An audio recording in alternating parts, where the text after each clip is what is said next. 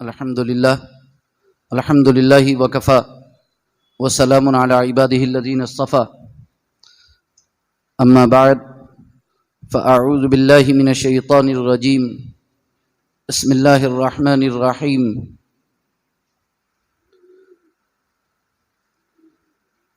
ان الذین قالوا ربنا اللہ ثم استقاموا تتنزل عليهم الملائكة ألا تخافوا ولا تحزنوا وأبشروا بالجنة التي كنتم توعدون نحن أولياؤكم في الحياة الدنيا وفي الآخرة ولكم فيها ما تشتهي أنفسكم ولكم فيها ما تدعون نزلا من غفور رحيم ومن احسن قولا ممن دعا الى الله وعمل صالحا وقال انني من المسلمين ولا تستوي الحسنة ولا السيئة ادفع بالتي هي احسن فاذا الذي بينك وبينه عداوة كأنه ولي حميم وما يلقاها الا الذين صبروا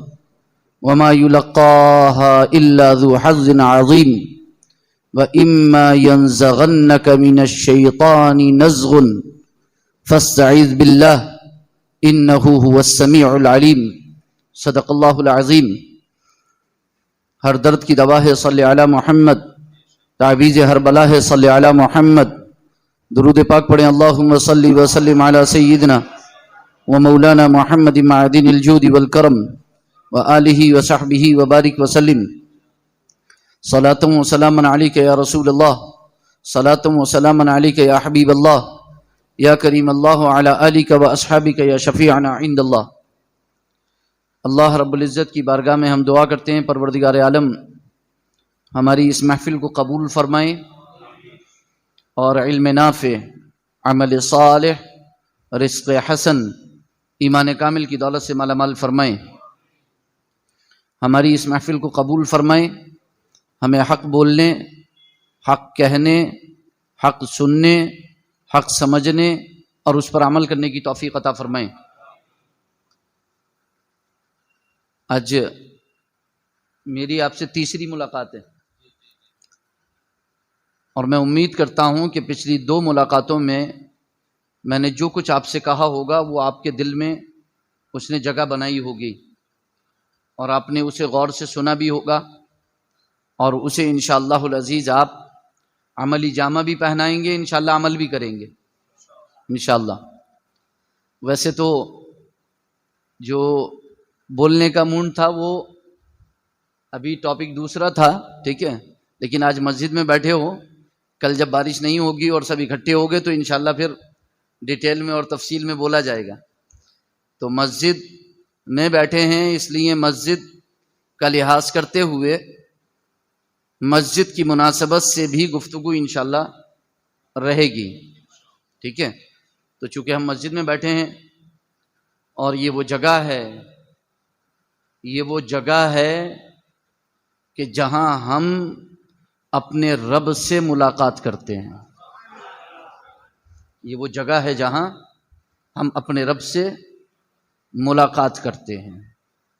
میں آپ سے سوال کروں، آپ نماز پڑھنے کے لیے جاتے ہوں اور میں آپ سے پوچھوں کہ آپ کہاں جا رہے ہو تو آپ کیا جواب دو گے؟ آپ کا جواب ہوگا نماز پڑھنے، آپ کا جواب ہوگا مسجد، آپ کا جواب ہوگا عبادت کے لیے۔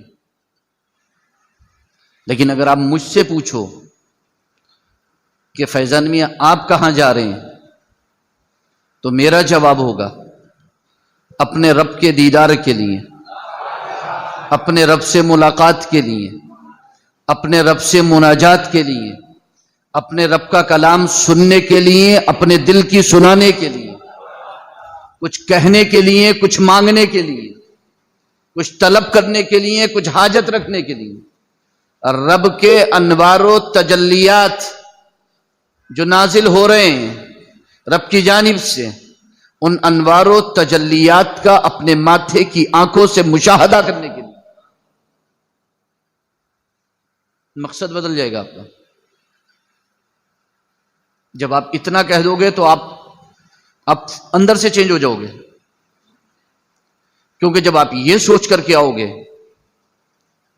کہ صرف ایک ڈیوٹی کے لیے جا رہے ہیں جو 5 وقت کی ڈیوٹی ہے، کہ 5 منٹ کے لیے، 10 منٹ کے لیے، 15 منٹ کے لیے کاروبار سے ٹائم نکال کر، بیوی بچوں سے ٹائم نکال کر، فیملی سے کچھ وقت لے کر کے مسجد جانا ہے، ڈیوٹی پوری کرنا ہے، نہیں جائیں گے تو محلے والے، شہر والے، بستی والے کہیں گے کہ بھائی آج دکھائی نہیں دیے، نماز میں نہیں تھے، فجر میں نہیں تھے، ظہر میں نہیں تھے، عصر مغرب یا عشاء میں نہیں تھے، تو کیا جواب دیں گے؟ تو جواب دینا پڑے گا، اس لیے بہتر یہ ہے کہ 5 منٹ 10 منٹ نکالو، جلدی سے مسجد جاؤ، سب کے ساتھ کھڑے ہو، واپس آ کر کے اپنا کام کرو۔ تو آپ کے آنے کا انداز الگ ہوگا، آپ کے مسجد میں داخل ہونے کا انداز الگ ہوگا، آپ کے مسجد میں بیٹھنے کا انداز الگ ہوگا۔ لیکن جب آپ یہ سوچ کر کے آؤ گے کہ یہ کوئی ڈیوٹی نہیں ہے،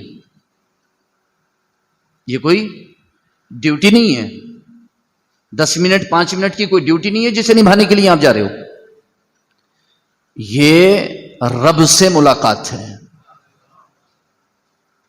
تب جب آپ مسجد کے اندر آؤ گے تو آپ کے آنے کا انداز الگ ہوگا، آپ کے چلنے کا انداز الگ ہوگا،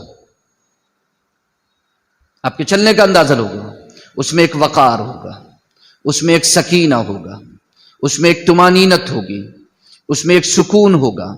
اور وہ وقت یاد کرو گے کہ جب ایک صحابی رسول مسجد نبوی میں داخل ہوئے، اللہ کے رسول نماز پڑھا رہے تھے اور اللہ کے رسول رکوع میں جانے والے تھے اور رکوع میں چلے گئے، وہ صحابی مسجد میں داخل ہوئے تو اس خوف اور خطرے سے کہ کہیں ایسا نہ ہو کہ اللہ کے رسول رکوع پورا فرما لیں اور میں اس وقت پہنچوں کہ جب اللہ کے رسول رکوع کر لیں اور میری رکعت نکل جائے، اس خوف سے وہیں سے جلدی سے انہوں نے نیت باندھ لی اور تیز قدموں سے جا کر کے صف میں شامل ہو گئے۔ اللہ کے رسول نے فرمایا ایسا نہ کرو، وقار کے ساتھ آؤ، سکون کے ساتھ آؤ، اطمینان کے ساتھ آؤ، سلام سے پہلے بھی نماز ملے گی تو جماعت مل جائے گی، اور جماعت پانے کی جلدی میں اتنی جلدی نہ کرو کہ بھاگتے ہوئے آؤ، نہ، ضرورت نہیں ہے۔ جماعت کا ثواب تو اسے بھی مل جائے گا کہ جو جماعت کی شرکت کی نیت سے اپنے گھر سے نکلا تھا مگر مسجد سے پہنچنے سے پہلے جماعت ہو چکی تھی، جماعت کا ثواب تو اسے بھی مل جائے گا۔ وَمَن يَخْرُجْ مِن بَيْتِهِ مُهَاجِرًا إِلَى اللَّهِ وَرَسُولِهِ ثُمَّ يُدْرِكُهُ الْمَوْتَ فَقَدْ وَقَعَ أَجْرُهُ عَلَى اللَّهِ، جو اللہ کی طرف ہجرت کا ارادہ کر کے نکلے، مہاجرًا إِلَى اللَّهِ، اللہ سے ملاقات کے لیے اللہ کی طرف ہجرت کرے، ثُمَّ يُدْرِكُهُ الْمَوْتَ، پھر راستے میں اسے موت آ جائے، فقد وقع اجرہ علی اللہ، وہ اپنا اجر اللہ سے پالے گا۔ اور حدیث بھی ہے کہ جو نماز کے لیے نکلا اور پہنچنے سے پہلے نماز پوری ہو گئی، جماعت میں شرکت کے ارادے سے نکلے، اسے ثواب مل گیا۔ اور صرف اتنا ہی نہیں بلکہ اللہ کے رسول سرور کونین صلی اللہ علیہ وسلم نے ارشاد فرمایا کہ جو بندہ نکلا، 2 بندے، ایک بندہ نکلا 99 قتل کر چکا تھا، صحیح مسلم میں حدیث ہے، 99 قتل کر چکا تھا، ایک عالم کے پاس گیا، جا کر کے اس سے پوچھا کیا میری بخشش کا کوئی راستہ ہے؟ ایک پادری کے پاس پہنچا، پوچھا کوئی میری بخشش کا راستہ ہے؟ تو اس قوم کا جو عالم تھا اس نے کہا کہ 99 قتل کر چکے، تمہاری بخشش کا کیا راستہ ہے؟ کوئی گنجائش نہیں ہے بخشش کی، نجات کا کوئی راستہ نہیں ہے۔ اس نے کہا نجات کا کوئی راستہ نہیں ہے۔ کہا جب نجات کا کوئی راستہ نہیں ہے تو تم بھی کیا کرو گے دنیا میں؟ اسے بھی قتل کر دیا، 100 پورے ہو گئے۔ کہا جب نجات کا کوئی راستہ ہی نہیں ہے تو تم بھی جاؤ۔ آگے بڑھا، ایک بستی میں پہنچا، ایک عالم سے ملاقات ہوئی، اس سے پوچھا کہ پچھلے والے سے پوچھا تھا 99 کر چکا تھا، اس نے کہا کوئی راستہ نہیں ہے، 100 پورے کر دیے، آپ بتائیے نجات کا کوئی راستہ ہے کہ نہیں ہے؟ اس نے کہا کہ ہاں نجات کا راستہ ہے۔ تم جس بستی سے آ رہے ہو وہ شر کی بستی ہے، تم فلاں بستی چلے جاؤ، وہ خیر کی بستی ہے، وہاں خیر بستی ہے، وہاں پر خیر والے ہیں، اس بستی میں چلے جاؤ، وہاں جا کر کے رہو، توبہ کرو، اللہ کی بارگاہ میں رجوع کرو، تمہاری مغفرت ہو جائے گی۔ وہ نکل گیا، راستے میں تھا کہ درمیانے راہ میں اسے موت آ گئی، اور جیسے ہی موت آئی تو رحمت اور عذاب دونوں فرشتے، رحمت کے فرشتے بھی عذاب کے فرشتے بھی اسے لینے کے لیے پہنچ گئے، اور جب پہنچے تو رحمت کے فرشتے چاہتے تھے کہ وہ ساتھ لے جائیں اور عذاب کے فرشتے چاہتے تھے کہ وہ ساتھ لے جائیں، اور دونوں کے پہنچنے کی وجہ یہ تھی، عذاب کے فرشتے تو اس لیے پہنچے تھے کہ 100 قتل کر چکا ہے، بظاہر کوئی گنجائش نہیں ہے، جہنم میں جانا ہی ہے، لیکن رحمت کے فرشتے اس لیے پہنچے تھے کہ توبہ کے ارادے سے نکل چکا تھا، اللہ کی طرف رجوع کرنے کے لیے نکل چکا تھا، اللہ کی پناہ لینے کے لیے نکل چکا تھا، اور جب اللہ کی پناہ لینے کے لیے نکل چکا ہے تو اب رحمت کے فرشتے ہی لیں گے تاکہ پناہ الہی مل جائے۔ دونوں میں تکرار ہوئی، ایک فرشتہ انسانی شکل میں ظاہر ہوا اور اس نے کہا کہ جھگڑتے کیوں ہو، ایسا کرو کہ اس شخص کی مسافت اور اس کا سفر دیکھ لو کتنا ہو چکا ہے، یہ جس بستی سے آ رہا ہے وہ شر کی بستی، جس بستی کی طرف جا رہا ہے وہ خیر کی بستی، اس کی مسافت، اس کا سفر، اس کا روڈ پورا ناپ لو، اگر یہ اس بستی کے قریب ہو جہاں سے آ رہا ہے تو عذاب کے فرشتے لے جائیں گے، اور اس بستی سے قریب ہے کہ جو خیر کی بستی ہے جس کی طرف یہ جا رہا ہے اللہ کی بارگاہ میں توبہ کرنے کے لیے، تو رحمت کے فرشتے لے جائیں گے۔ جب فرشتوں نے ناپا تو وہ شخص ایک ہاتھ اس بستی کے قریب نکلا کہ جس بستی سے آ رہا تھا، یعنی ایک ہاتھ دور رہ گیا رحمت کی بستی سے۔ حدیث پاک میں آتا ہے کہ جو ہی عذاب کے فرشتوں نے لینے کا ارادہ کیا کہ اب تو ہمارے پالے میں آ گیا، اب تو ہمارے حصے میں آ گیا، کیونکہ ایک ہاتھ قریب ہے اس بستی سے جہاں سے آ رہا ہے گناہ کر کے، اگر اس بستی کے قریب ہوتا کہ جہاں جا رہا ہے توبہ کرنے کے لیے تو رحمت کے فرشتے لیتے، فیصلہ ہو چکا ہے۔ عذاب کے فرشتے لینا ہی چاہتے تھے کہ اللہ نے اس کے جسم کو وہ طاقت عطا کی کہ وہ گھسٹ کر کے ایک ہاتھ قریب ہو گیا، وہ اس بستی کے قریب ہو گیا کہ جہاں جا رہا تھا، فوراً رحمت کے فرشتوں نے لے لیا کہ مسئلہ فائنل طے ہو گیا۔ رحمت خدا بہانہ بھی جوید، خدا کی رحمت تو بہانہ تلاش کرتی ہے، ایک بار آؤ تو صحیح، اور جب مسجد میں داخل ہو جاؤ گے، مسجد میں داخل ہونے کا بہانہ ہے۔ بخاری کی حدیث کہتی ہے تواجہہ الرحمہ، رحمت الہی اسے اپنے گھیرے میں لے لے گی، رحمت الہی اسے اپنے گھیرے میں لے لے گی، وہ رحمت الہی کے گھیرے میں ہوگا۔ بلا تشبیہ و تمثیل بولتا ہوں، ایک شخص، 2 بچے دروازے سے داخل ہوئے، میں بتاتا ہوں آپ کو کہ رحمت الہی کے گھیرے میں رہ کر کے نماز پڑھنا اور رحمت الہی کے گھیرے سے نکل کے نماز پڑھنا۔ 2 بچے تیزی سے داخل ہوئے اندر، دونوں کی ماں سامنے بیٹھی تھی، دونوں نے اپنی باہوں کو پھیلا دیا، ایک بچہ گیا جا کر کے اپنی ماں کے برابر میں بیٹھ گیا بغل میں، دوسرا بچہ گیا، ماں نے اسے اپنے سینے سے چمٹا لیا، وہ اپنے ماں کے سینے سے لگ گیا۔ تو بتائیے کون سی ماں کی شفقت زیادہ ہے؟ کون سا بچہ شفقت و مہربانی میں زیادہ ہے؟ جو ماں کی آغوش میں آ گیا۔ بلا تشبیہ و تمثیل جو رحمت الہی کے گھیرے میں آ گیا اس پر رحمت بہت ہے، تو رحمت الہی کے گھیرے میں ہیں ہم مسجد میں داخل ہو گئے۔ صحیح مسلم کی حدیث بتاتی ہے، اللہ کے رسول سرور کونین صلی اللہ علیہ وسلم ارشاد فرماتے ہیں، وہ قوم جو مسجد میں جمع ہونے کے بعد قرآن کا مدارسہ کرے، قرآن سیکھے سکھائے، پڑھے پڑھائے، سمجھے سمجھائے، سب مدارسہ میں آ جائے گا، قرآن کا دور کرے، سنے سنائے، سمجھے سمجھائے، سیکھے سکھائے، اس نیت سے مسجد میں داخل ہو۔ اللہ کے رسول سرور کونین صلی اللہ علیہ وسلم ارشاد فرماتے ہیں، ان پر سکینہ نازل ہوتا ہے، ان پر وقار نازل ہوتا ہے، وہاں فرشتے آتے ہیں، اپنے پروں سے ڈھانپ لیتے ہیں، آسمان تک چھا جاتے ہیں، انہیں رحمت الہی اپنے گھیرے میں لے لیتی ہے، وہ رحمت الہی کے گھیرے میں ہوتے ہیں۔ میں پھر بولوں گا آپ کو کہ مسجد میں داخل ہونا اتنا معمولی بات مت سمجھنا آپ، کیونکہ آپ آج تک مسجد میں داخل ہوئے ہو، لیکن مسجد میں داخل ہوتے وقت کبھی آپ کے چہرے کا رنگ متغیر نہیں ہوا، کبھی آپ کے چہرے کا رنگ پھیکا نہیں پڑا، مگر قربان جائیے اہل بیت اطہار میں حضرت سجاد امام زین العابدین رضی اللہ تعالی عنہ وارضاہ عنا جب وضو کرنے کے لیے بیٹھتے تو ان کا خادم کہتا ہے کہ جب میں دیکھتا ہوں امام زین العابدین حضرت سجاد رضی اللہ تعالی عنہ کو، جو شہزادے ہیں سیدنا امام حسین رضی اللہ تعالی عنہ وارضاہ عنا، سید الشہداء امام علی مقام کے، ان کی حالت یہ ہوتی کہ جب وہ بارگاہ الہی میں کھڑے ہونے کی تیاری کرتے ہوتے، یعنی نماز کے لیے وضو کرتے ہوتے، تو ان کا خادم کہتا ہے کہ میں دیکھتا ان کے چہرے کو کہ جب وہ وضو کرنے کے لیے بیٹھتے ہیں تو وضو کرنے سے پہلے ان کا چہرہ بڑا حشاش ہوتا ہے، بڑا بشاش ہوتا ہے، بڑا کھلا ہوا ہوتا ہے، مگر جب وہ وضو کرنے کے لیے بیٹھتے ہیں تو ان کے چہرے کا رنگ بدل جاتا ہے، پیلا پڑ جاتا ہے، ایسا لگتا ہے جیسے خوف کے آثار ہوں۔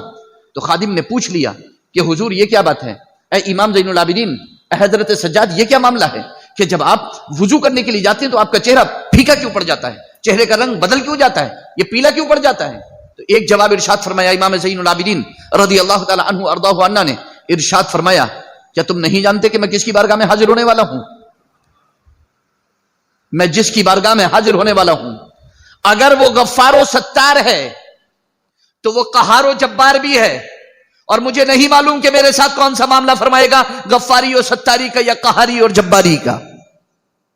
بس یہ سوچ کر کے میرے چہرے کا رنگ بدل جاتا ہے، غم اور خوف کے آثار میرے چہرے پر ظاہر ہو جاتے ہیں، کیونکہ جس کی بارگاہ میں میں داخل ہونے والا ہوں، جس کی بارگاہ میں کھڑا ہونے والا ہوں، جس کے حضور میں حاضر ہونے والا ہوں، وہ میرے ساتھ کیا معاملہ فرمائے گا۔ پارہ نمبر 30 سورہ والنازعات رکو نمبر 2، اللہ فرماتا ہے وَأَمَّا مَنْ خَافَ مَقَامَ رَبِّهِ وَنَهَى النَّفْسَ عَنِ الْهَوَى فَإِنَّ الْجَنَّةَ هِيَ الْمَأْوَى۔ اور جو قیامت کے دن رب کے سامنے کھڑے ہونے کا خوف کرے، اور خدا کی قسم جس کے دل میں یہ خوف ہوگا کہ قیامت کے دن رب کے سامنے حاضر ہونا ہے، قیامت کے دن رب کے حضور حاضر ہونا ہے، وہ ضرور اپنے نفس کو لگام دے کر کے رکھے گا، ہرگز نفسانی خواہشات میں کبھی مبتلا نہیں ہوگا، کبھی بھی گناہوں میں مبتلا نہیں ہوگا، کبھی بھی اللہ کی نافرمانی نہیں کرے گا۔ جس کو اس بات پر یقین ہے اور جس کا اس بات پر ایمان ہے، کامل یقین ہے، وہ کبھی بھی بے خوف نہیں ہوگا۔ اور قرآن فرماتا ہے جو قیامت کے دن اپنے رب کے سامنے کھڑے ہونے کا خوف کرے، وَنَهَى النَّفْسَ عَنِ الْهَوَى، اور صرف خوف کافی نہیں ہے، جس مومن سے پوچھو، جس مسلمان سے پوچھو کیا تمہارے دل میں اللہ کا خوف ہے، تو کہے گا ہاں میرے دل میں تو بہت خوف ہے اللہ کا، میں تو بہت ڈرتا ہوں اللہ سے، میں تو بہت خوف کھاتا ہوں، مجھے اس کی جہنم کا خوف ہے، مجھے اس کے عذاب کا خوف ہے، مجھے فتنے اور آزمائش پہ پڑ جانے کا خوف ہے۔ مگر خوف پر کوئی دلیل تو نظر نہیں آتی، کیونکہ خوف پر دلیل یہ ہے جو بندہ اللہ کا خوف رکھتا ہے اس کی سب سے بڑی دلیل قرآن نے ذکر کی ہے۔ صرف خوف کی بات نہیں کی ہے قرآن نے صرف یہ نہیں کہا ہے کہ خوف کرو، بلکہ قرآن نے یہ کہا ہے جو خوف کرے اور خوف کے ساتھ وَنَهَى النَّفْسَ عَنِ الْهَوَى، اپنے نفس کو لگام دے کر کے رکھے، کوئی گناہ نہ کرے، نفسانی خواہشات میں مبتلا نہ ہو، فَإِنَّ الْجَنَّةَ هِيَ الْمَأْوَى، تو جو اللہ کا خوف رکھے اور اپنے نفس کو لگام دے کر کے رکھے اسی کا ٹھکانہ جنت ہے، بے شک اس کا ٹھکانہ جنت ہے۔ مگر کتنا قرآن سنتے ہیں ہم، کتنی حدیثیں سنتے ہیں ہم، کتنا ایمانیات پر سنتے ہیں ہم، کتنا اسلامیات پر سنتے ہیں ہم، کتنی تقریریں سنتے ہیں ہم، کتنے واعظ و نصیحت سنتے ہیں ہم، کتنے مختلف علماء کے سامنے بیٹھ چکے ہیں آج تک ہم، مگر کیا ہم نے آج تک اپنے نفس کو لگام دینے کی کوشش کی؟ نہیں کی۔ جب دو چیزیں ٹکراتی ہیں، ایک شریعت ایک طبیعت، دو چیزیں ہیں آپ کے سامنے، ایک شریعت ایک طبیعت۔ شریعت کہتی ہے خواہ بہت رات ہو چکی ہے،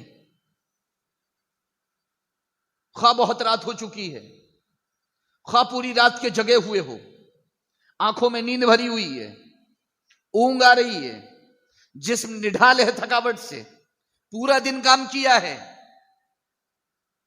بہت محنت کی ہے، پتھر توڑے ہیں، وضو کر کے تازہ دم ہو جاؤ اور نماز پڑھ کے اور پھر آرام کر لینا۔ وضو کر کے تازہ دم ہو جاؤ، نماز پڑھ لینا، اس کے بعد آرام کر لینا۔ شریعت کہتی ہے پورے رات تو جاگ چکے ہو، اب فجر میں آدھا گھنٹہ باقی ہے، بستر پر جانا نہیں، نیند آ جائے گی، تھوڑا سا اور انتظار کر لو، نماز پڑھ کے فوراً سو جانا، آرام کر لینا۔ طبیعت کہتی ہے پورے دن کے جاگے ہوئے ہو، صحت کا مسئلہ ہے، اگلے دن ڈیوٹی کا مسئلہ ہے، صبح کام پہ جانا ہے، اب آرام نہیں کرو گے تو صحت خراب ہو جائے گی، اب آرام نہیں کرو گے تو اعضا قوہ جواب دے جائیں گے، اب آرام نہیں کرو گے تو کل کام کیسے کرو گے؟ لہذا سو لو، اٹھ کے نماز پڑھ لینا، بعد میں پڑھ لینا، لیٹ پڑھ لینا، تھوڑا سا آرام کر لو۔ طبیعت ہر طرح سے آمادہ کرتی ہے اس بات پر کہ پہلے آرام بعد میں عبادت۔ شریعت ہر طرح سے اس بات پر آمادہ کرتی ہے کہ پہلے عبادت پھر آرام۔ اب جب شریعت و طبیعت دونوں چیزیں آمنے سامنے آ جاتی ہیں تو جو قیامت کے دن اللہ کا خوف اپنے دل میں رکھتے ہیں کہ قیامت کے دن اللہ کے حضور حاضر ہونا ہے، وہ شریعت کو تھام لیتے ہیں، طبیعت کو چھوڑ دیتے ہیں۔ لیکن جن کے دل میں واقعی خوف نہیں ہے وہ طبیعت کا دامن تھام لیتے ہیں اور شریعت کا دامن چھوڑ دیتے ہیں۔ دونوں چیزیں آپ کے سامنے ہیں اور آپ کو دیکھنا ہے۔ اور یہ ہوتا کیوں ہے؟ اس کی وجہ ہے، بہت بڑی وجہ ہے، یعنی شریعت و طبیعت جب دو چیزیں آپ کے سامنے آتی ہیں، اور یہی ہم میں اور صحابہ اور اہل بیت اطہار میں فرق ہے، انہوں نے طبیعت کے مقابلے میں ہمیشہ شریعت کو ترجیح دی۔ انہوں نے ہمیشہ نہ اپنا دکھ دیکھا، نہ اپنا آرام دیکھا، نہ مصیبت دیکھی، نہ تکلیف دیکھی، نہ اپنی، نہ فیملی کی، نہ بچوں کی، نہ بیوی کی، نہ ماں باپ کی، کسی کی کوئی پرواہ نہیں کی۔ جب جب شریعت نے پکارا وہ کھڑے ہو گئے، جہاں شریعت نے پکارا وہاں چلے گئے، کسی لمحہ توقف نہیں کیا، کسی وقت اپنے آرام کی فکر نہیں کی۔ دو دو رات، چار چار رات جاگنا پڑا تو جاگے، مہینوں مہینوں جاگنا پڑا تو جاگے، پیٹ سے پتھر باندھنا پڑا تو پتھر باندھے، بھوکا پیاسا رہنا پڑا تو رہے، گرم ریت پر لٹایا گیا تو لیٹے، گرم ریت پر لٹا کر کے گرم پتھر سینے پر رکھا گیا تو رکھا، دیوانوں کی طرح گلے میں رسی ڈال کے اگر مکے کی گلیوں میں گھسیٹا گیا تو گھسٹتے رہے، اگر نیزے اتار دیے گئے تو اتروا لیے، گردنیں قلم کر دی گئی، قلم کروا لی۔ جس مصیبت اور جس آزمائش کے دور سے گزارا گیا، ہر دور سے گزر گئے، مگر کبھی بھی اپنی طبیعت کو شریعت کے مقابل آنے ہی نہیں دیا۔ مکے کی 13 سالہ تاریخ موجود ہے، مکے کی 13 سالہ تاریخ اٹھا کر کے آپ دیکھ سکتے ہو، مدینے کی 10 سالہ تاریخ اٹھا کر کے آپ دیکھ سکتے ہو، خلفائے راشدین اور خلافت کا 30 سال کا زمانہ اٹھا کر کے آپ دیکھ سکتے ہو۔ یہ پورا زمانہ وہ ہے، 30 سال وہ، 23 سال وہ، 53 سال کا پورا زمانہ ہے۔ 23 سال زمانہ رسالت اور 30 سال زمانہ خلافت، یہ پورے 53 سال آپ اٹھا کر کے دیکھ لو، خدا کی قسم درخشندہ ستارے ملیں گے آپ کو آسمان پر لہلاتے ہوئے۔ اب دیکھ سکتے ہو اسے، اب بہت توجہ سے دیکھ سکتے ہو۔ آخر کیوں وہ ایسا کیسے کر لیتے تھے؟ دن بھر بھوکے رہتے تھے، ان کے پاس کپڑا ایک جوڑ، دوسرا کپڑا نہیں پہننے کے لیے۔ شوہر نے اگر چادر لپیٹ لی تو بیوی بغیر چادر کے بیٹھی ہوئی انتظار کر رہی ہے کہ یہ چادر دیں گے تو میں نماز پڑھوں گی۔ بیوی کے پاس چادر ہے تو شوہر انتظار کر رہا ہے، ایک کپڑا یہاں سے باندھ دیا یہاں تک گھٹنے تک تو دوسرا کپڑا نہیں، تن ڈھکنے کے لیے، کھانے کے لیے کچھ نہیں، پینے کے لیے کچھ نہیں، ایسے ہی بیٹھے ہوئے بھوکے پیاسے، ایسے ہی بھوکے پیاسے بیٹھے ہوئے۔ کیا وہ واقعہ آپ کو یاد نہیں کہ جب حضرت ابو ہریرہ رضی اللہ تعالیٰ عنہ کو بہت بھوک لگی تھی، بہت پیاس لگی تھی، کھانے کے لیے کچھ بھی نہیں تھا، کچھ بھی نہیں تھا، بہت تگڑی، بہت شدت کی بھوک تھی، اچانک سے اللہ کے رسول سرور کونین صلی اللہ علیہ وسلم کی بارگاہ میں ایک دودھ کا پیالہ آ گیا۔ ابو ہریرہ نے سوچا چلو کام بن گیا، دودھ کا پیالہ آ گیا، یہ دودھ اللہ کے رسول مجھے دے دیں گے، کیونکہ میں نے اللہ کے رسول سے کہہ رکھا ہے یا رسول اللہ بہت بھوک لگی ہے، اب یہ دودھ کا پیالہ آ گیا تو رسول اللہ مجھے دے دیں گے اور میں پی لوں گا تو کچھ آنتوں کو آرام مل جائے گا، کچھ پیٹ کو آرام مل جائے گا اور کچھ عبادت میں اور لذت آئے گی۔ اور جیسے ہی وہ دودھ کا پیالہ آتا ہے، اللہ کے رسول فرماتے ہیں، وہ صفہ کے 70 صحابہ، اللہ کے رسول فرماتے ہیں اے ابو ہریرہ یہ دودھ کا پیالہ لے کے ذرا ان کو پلاؤ تو۔ ابو ہریرہ سوچ رہے ہیں ایک پیالہ دودھ میں یہ 70 لوگ کیسے پلاؤں گا، میرے لیے کافی نہیں ہے ایک پیالہ، بھوک اتنی لگی ہے، ان کو پلاؤں گا تو بچے گا کیا؟ حکم رسول تھا، شریعت کو دیکھا، طبیعت کو نہیں دیکھا، شریعت کو دیکھا، طبیعت کو۔ ایک بار بھی رسول اللہ صلی اللہ علیہ وسلم سے یہ نہیں کہا یا رسول اللہ یہ تو میرے لیے بھی کافی نہیں ہے، 70 کو کہاں سے پلا دوں گا اس کو؟ حکم رسول تھا، پلانا شروع کر دیا. صحابہ کو پلاتے گئے، پیالے میں جھانکتے گئے، ختم تو نہیں ہوا ہے. مگر ابو ہریرہ دیکھتے ہیں کہ جس کو پلا کر کے آگے گزرتے دودھ اتنا کا اتنا باقی، 1 سے لے کر کے 70 تک پلا دیا مگر پیالہ میں دودھ ختم نہیں ہوا. اور اس کے بعد جب 70 کو پلا کر کے سیراب ہو گئے تو اللہ کے رسول نے ارشاد فرمایا ابو ہریرہ تم پیو. ابو ہریرہ نے پیا، پی کر کے رک گئے. اللہ کے رسول نے فرمایا ابو ہریرہ اور پیو. ابو ہریرہ نے اور پیا. اللہ کے رسول نے فرمایا ابو ہریرہ اور پیو. ابو ہریرہ نے اور پیا، یہاں تک کہ ابو ہریرہ کو کہنا پڑا یا رسول اللہ بس اب کوئی گنجائش نہیں ہے، اب کوئی گنجائش نہیں ہے. اعلی حضرت نے اس کو کیا کہا ہے؟ کیوں جناب ابو ہریرہ کیسا تھا وہ جام شیر جس سے 70 صاحبوں کا دودھ سے منہ پھر گیا؟ کیوں جناب ابو ہریرہ تھا وہ کیسا جام شیر؟ کیسا تھا وہ تو صحابی بتائیں گے. مگر حالت کیا تھی ان کی؟ حالت کیا تھی ان کی؟ پارہ نمبر 9 سورہ انفال کا رکوع نمبر 3 اٹھا کر کے دیکھو آپ. اللہ نے فرمایا کہ انہیں باہر نکلتے ہوئے اپنی جانوں کا خوف ہوتا تھا کہ باہر نکلے گے تو کوئی اچک نہ لے جائے، کوئی ان کو جان نہ لے لے، ان کی جان نہ چلی جائے. یہ حالت تھی ان کی. شیعہ ابی طالب کے 3 سال دیکھو آپ، کس طریقے سے وہاں پر 3 سال قید رکھا گیا، کس طریقے سے وہاں پر رکھا گیا. آپ اٹھا کر کے دیکھو. ایک داستان نہیں ہے اسلام کی، داستانیں ہیں اسلام کی. روز اول سے داستان شروع ہوتی ہے ظلم کی، زیادتی کی. اہل ایمان، اہل اسلام پر ہمیشہ ظلم ہوا، ہمیشہ ان پر زیادتی ہوئی، ہمیشہ ظالموں نے ان کا راستہ جو ہے وہ تنگ کیا، ہمیشہ ظالموں نے ان پر زمین تنگ کرنے کی کوشش کی. مگر وہ استقامت کا پیکر بنے رہے، وہ استقامت کا پہاڑ بنے رہے، وہ جبل استقامت و کرامت بنے رہے، اور وہ ہمیشہ ڈٹے رہے. اور ان کے سامنے ہر طاقت پاش ہو گئی، کیونکہ ان کا ایمان ایسا تھا، ان کا ایمان اتنا مضبوط تھا. صحابہ کا ایمان، اہل بیت اطہار کا ایمان اتنا مضبوط تھا، اور ایسا ایمان تھا کہ جس کی مثال قرآن نے دی ہے فَإِنْ آمَنُوا بِمِثْلِ مَا آمَنْتُمْ بِهِ فَقَدِ اهْتَدَوْا. اگر ایسا ایمان لے آئیں جیسا صحابہ کا ایمان ہے تو یہ ہدایت پا جائیں گے. اولئک هم المؤمنون حقا. اللہ نے فرمایا حقیقت میں مومن تو نبی کے صحابہ ہیں. حقیقی ایمان تو صحابہ کے پاس ہے. کیا ہمارے پاس حقیقی ایمان نہیں ہے؟ ہمارے پاس ایمان ہے، مگر جو روح ایمان ہے وہ ہمارے پاس نہیں ہے. وہ روح کمزور پڑ چکی ہے، وہ روح بہت کمزور ہو چکی ہے. اور میں ایک ایگزامپل دیتا ہوں آپ کو، ابھی آپ کو سمجھ میں آ جائے گا. اگر ہمارا ایمان اتنا مضبوط ہوتا، اگر ہمیں اللہ کے احکام، رسول اللہ کے احکام، اللہ اور اس کے رسول نے جو کچھ کرنے کو کہا اور اللہ اس کے رسول نے جو کچھ کرنے سے منع کیا، اور اللہ کے رسول نے جو کچھ فرمایا اور اللہ نے جو کچھ فرمایا کہ یہ کرو گے تو جنت اور یہ کرو گے تو جہنم، یہ کرنا ہے یہ نہیں کرنا ہے. صحابہ کو بتا دیا، صحابہ نے وہی کیا جو اللہ اور اس کے رسول نے کرنے کو کہا. اہل بیت نے وہی کیا جو اللہ اور اس کے رسول نے کرنے کو کہا، اور وہ کبھی نہیں کیا جس سے اللہ اور اس کے رسول نے منع کر دیا، کیونکہ ان کا ایمان بہت مضبوط تھا. ہمیں کتنا مضبوط ایمان چاہیے؟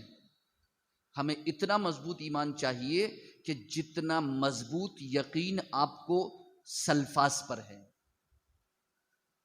سلفاس جانتے ہیں؟ پوائزن، زہر، سلفاس کہتے ہیں اسے. سلفاس ایک قسم کا زہر ہے. ابھی آپ کو واضح ہو جائے گا. ایک شخص بھوکا ہے، ایک شخص پیاسا ہے. بھوک اور پیاس کی شدت سے اس کی جان جانے والی ہے. ان قریب اگر اسے کھانے یا پینے کے لیے کچھ نہیں ملا تو وہ مر جائے گا. وہ اتنے وقت سے، اتنے زمانے سے اتنی شدت کی بھوک اور پیاس محسوس کر رہا ہے کہ اگر اب اسے کچھ کھانے کو نہیں ملا تو وہ مر جائے گا.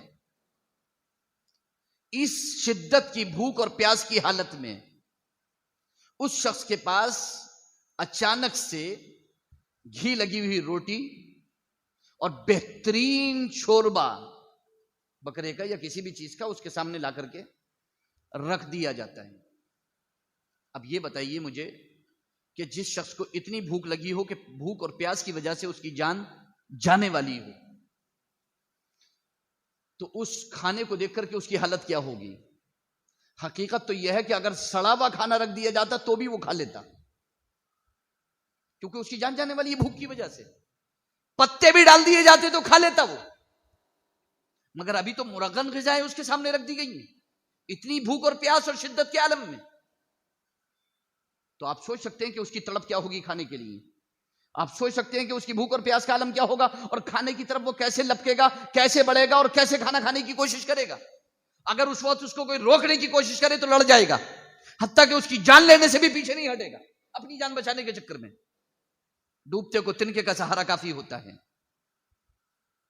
ایسی حالت میں جب وہ بھوکا اور پیاسا شخص کھانے کی طرف بڑھے اور ایک دم سے لپکے اور نوالا توڑے، شوربے میں بھگوئے، اور وہ شوربے میں بھگونے کے بعد اپنے منہ کی طرف لے کر کے جائے، قریب تھا کہ وہ شخص نوالا اپنے منہ میں رکھتا کہ اچانک سے آواز آئی، خبردار نوالا منہ میں مت رکھنا، زہر ملا ہوا ہے. اب میں آپ سے پوچھتا ہوں کہ جیسے ہی یہ آواز اس کے کان میں پڑے گی کہ خبردار نوالا منہ میں مت رکھنا، اس میں سلفاس ملا ہوا ہے، اس میں زہر ملا ہوا ہے، اس میں پوائزن ہے، اب اس کو منہ میں مت رکھنا، آپ مجھے یقین سے دل پہ ہاتھ رکھ کے بتاؤ کیا وہ شخص نوالا کھائے گا یا ایسے ہی بھوکا مرنا پسند کرے گا؟ یقیناً وہ زہر کھا کے مرنا پسند نہیں کرے گا. وہ بھوکا تو مر جائے گا مگر زہر کھا کے مرنا پسند نہیں کرے گا. کیوں؟ کیونکہ اسے اس بات کا پورا یقین ہے کہ جیسے ہی وہ سلفاس اور زہر آلود گوشت اور نوالا روٹی کا ٹکڑا کھائے گا وہ فوراً مر جائے گا، اس کی موت واقع ہو جائے گی. تو سلفاس پر اسے اتنا کامل یقین ہے، اتنا کامل یقین ہے، اتنا کامل یقین ہے کہ سورج سے زیادہ روشن اسے یقین ہے کہ زہر کھاتے ہی اس کی موت ہو جائے گی. تو اسے کامل یقین ہونے کی وجہ سے وہ کبھی زہر آلود نوالا نہیں کھائے گا، سلفاس پڑا ہوا نوالا کبھی نہیں کھائے گا. وہ ایسے ہی مرنا پسند کرے گا مگر زہر کھا کے مرنا پسند نہیں کرے گا، کیونکہ اسے یقین ہے کہ زہر کھاتے ہی اس کی جان چلی جائے گی. زہر نہیں کھائے گا، کسی طریقے سے بچ تو سکتی ہے مگر زہر کھا کے ہرگز نہیں بچے گی. زہر کھا کے تو یقیناً مرنا ہی مرنا ہے اسے. لیکن ایک شخص بیٹھا ہوا ہے، اس کے سامنے کھانا لا کر کے رکھا گیا، اس کے سامنے دولت لا کر کے رکھی گئی، اس کے سامنے پیسہ لا کر کے رکھا گیا، اور وہ اس پیسے کو، اس دولت کو لینے کے لیے ہاتھ بڑھانے ہی والا تھا کہ اچانک سے کسی عالم نے کہا یا کسی شخص نے کہا، خبردار اس پیسے کو ہاتھ مت لگانا، اس دولت کو ہاتھ مت لگانا، یہ حرام سے کمائی ہوئی دولت ہے. اب مجھے دل پہ ہاتھ رکھ کے یہ بتاؤ، کیا وہ شخص ایسے ہی اس دولت سے ہاتھ کھینچ لے گا جیسے اس نے زہر سے ہاتھ کھینچ لیا تھا؟ نہیں. پہلے دولت سمیٹے گا، بعد میں پوچھے گا جی کیا کہہ رہے تھے آپ، کیونکہ اسے اس بات پر تو یقین ہے کہ سلفاس کھاتی ہی اس کی جان چلی جائے گی، مگر جتنا یقین اسے اس بات پر ہے اتنا یقین اسے اس بات پر نہیں ہے کہ اللہ نے جو حرام کیا ہے اسے کھانے سے بھی آدمی جہنم میں چلا جائے گا.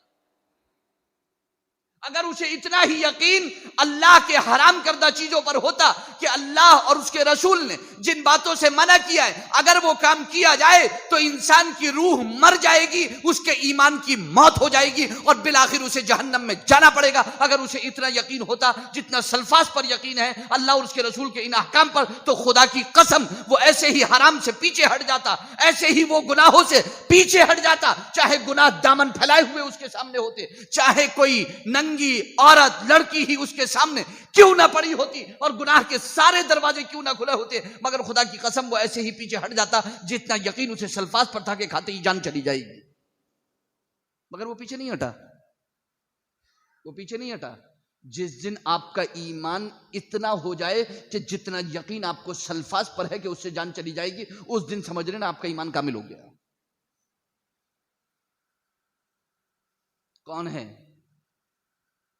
کون ہے ایسا؟ کوئی ہے؟ ہاں، صحابہ اور اہل بیت. صحابہ اہل بیت نے زہر کھانا تو پسند کر لیا مگر خدا کی قسم باطل سے سمجھوتا کرنا پسند نہیں کیا، ہرگز نہیں، ہرگز باطل سے سمجھوتا نہیں کیا، ہرگز باطل سے سمجھوتا نہیں کیا۔ وہ صحبت میں کس کی بیٹھے تھے؟ انہیں صحبت کس کی ملی تھی؟ صحبت کس کی ملی تھی؟ نبی اکرم صلی اللہ علیہ وسلم کی جو جان ایمان ہیں، جو جان ایمان ہیں، جان ایمان کی صحبت انہیں ملی تھی، اس لیے ان کا ایمان اچھا تھا، انہیں اس کامل درجے کا یقین تھا۔ خدا کی قسم رات کے اندھیرے میں سناٹے میں بھی اگر ان سے کوئی گناہ ہو گیا تو صبح بارگاہ رسالت میں حاضر ہو گئے اور آ کر کے عرض کر دیا، یا رسول اللہ مجھ سے گناہ ہو گیا۔